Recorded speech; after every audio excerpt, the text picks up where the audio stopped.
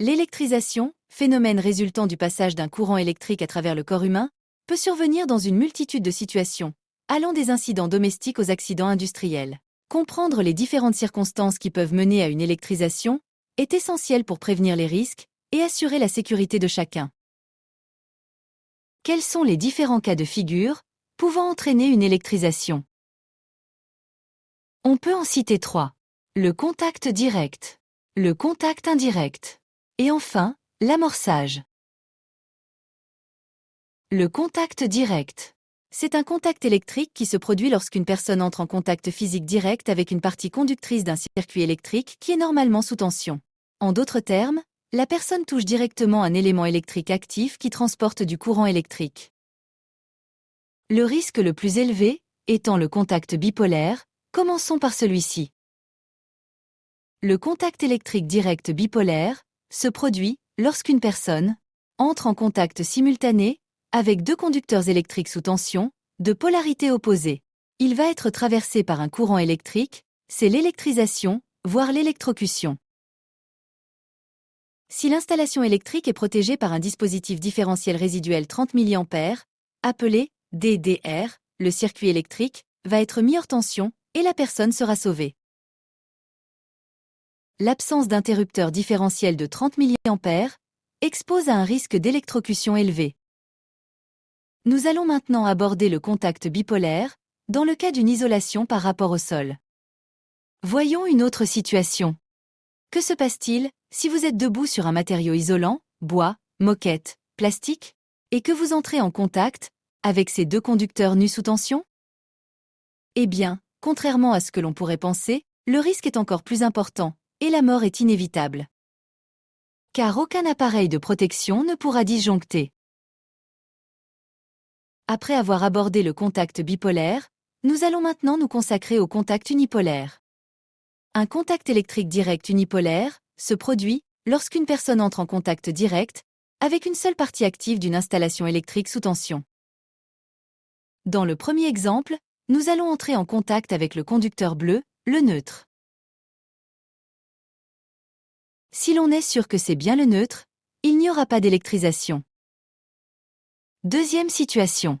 Cette fois-ci, nous entrons en contact avec le conducteur rouge, noir ou marron. La phase. Le neutre du transformateur EDF étant relié à la Terre, nous allons créer un circuit électrique, et nous allons être traversés par un courant électrique. C'est l'électrisation, voire l'électrocution. En cas de présence de différentiel 30 mA, celui-ci va couper l'installation électrique, évitant ainsi l'électrocution. L'absence d'interrupteur différentiel 30 mA expose à un risque d'électrocution très élevé. Que se passe-t-il en cas de contact accidentel avec la phase, lorsque l'on est isolé du sol, par un matériau non conducteur? Comme vous êtes isolé de la Terre, vous interrompez potentiellement ce circuit. Si vous touchez un seul fil sous tension, alors que vous êtes parfaitement isolé, l'électricité ne peut pas circuler à travers votre corps, car il n'y a pas de retour vers la source. Vous ne serez donc pas électrocuté. C'est pour cette raison que les oiseaux ne craignent rien lorsqu'ils se posent sur des fils électriques nus sous tension. Attention, si un oiseau touche deux fils électriques en même temps, il crée un circuit et risque d'être électrocuté. Le contact direct avec une source électrique est un risque majeur pouvant entraîner des conséquences graves, voire mortelles. Il est donc crucial de prendre des mesures de prévention rigoureuses pour minimiser ce risque.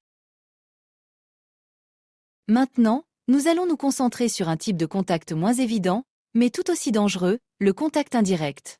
Le contact indirect, dans le domaine de l'électricité, fait référence à une situation où une personne entre en contact avec une partie conductrice d'un équipement qui n'est normalement pas sous tension, mais qu'il est devenu à la suite d'un défaut. Contrairement au contact direct, où le contact se fait directement avec une partie active sous tension, le contact indirect implique un élément qui, en temps normal, est sûr.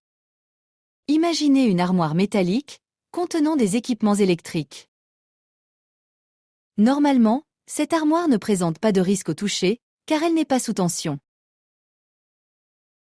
Cependant, si l'isolation d'un fil électrique à l'intérieur est endommagée, le courant peut fuir vers cette partie métallique. Si vous touchez la partie métallique, vous risquez de recevoir un choc électrique. C'est ce qu'on appelle un contact indirect. C'est l'électrisation, voire l'électrocution. En cas de présence de différentiel 30 mA, celui-ci va couper l'installation électrique, évitant ainsi l'électrocution. L'absence d'interrupteur différentiel 30 mA expose à un risque d'électrocution très élevé. Que se passe-t-il si vous êtes debout sur un matériau isolant, bois, moquette, plastique? Si vous touchez la carcasse métallique sous tension, alors que vous êtes parfaitement isolé, l'électricité ne peut pas circuler à travers vous, car il n'y a pas de retour vers la source. Vous ne serez donc pas électrisé. Le risque de contact indirect, bien que souvent sous-estimé, représente une menace sérieuse dans de nombreux environnements, qu'ils soient professionnels ou domestiques. Il est essentiel de prendre conscience de ce risque et de mettre en œuvre des mesures de prévention adaptées pour protéger les individus et les biens. Maintenant, nous allons aborder le phénomène d'amorçage.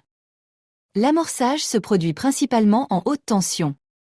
C'est un phénomène électrique potentiellement dangereux, qui se produit lorsque la tension électrique dépasse la rigidité diélectrique de l'air ou d'un autre isolant, entraînant un arc électrique.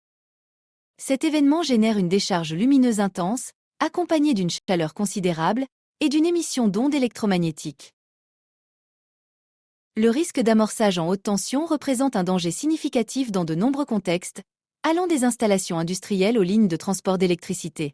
Il est essentiel de prendre en compte les facteurs qui influencent ce phénomène, tels que la distance entre les conducteurs, la tension appliquée, les conditions atmosphériques et la présence d'objets ou de personnes à proximité. Les situations d'électrisation, qu'elles soient dues à un contact, direct, indirect, à l'induction, ou à des phénomènes capacitifs et d'amorçage, sont multiples et variées.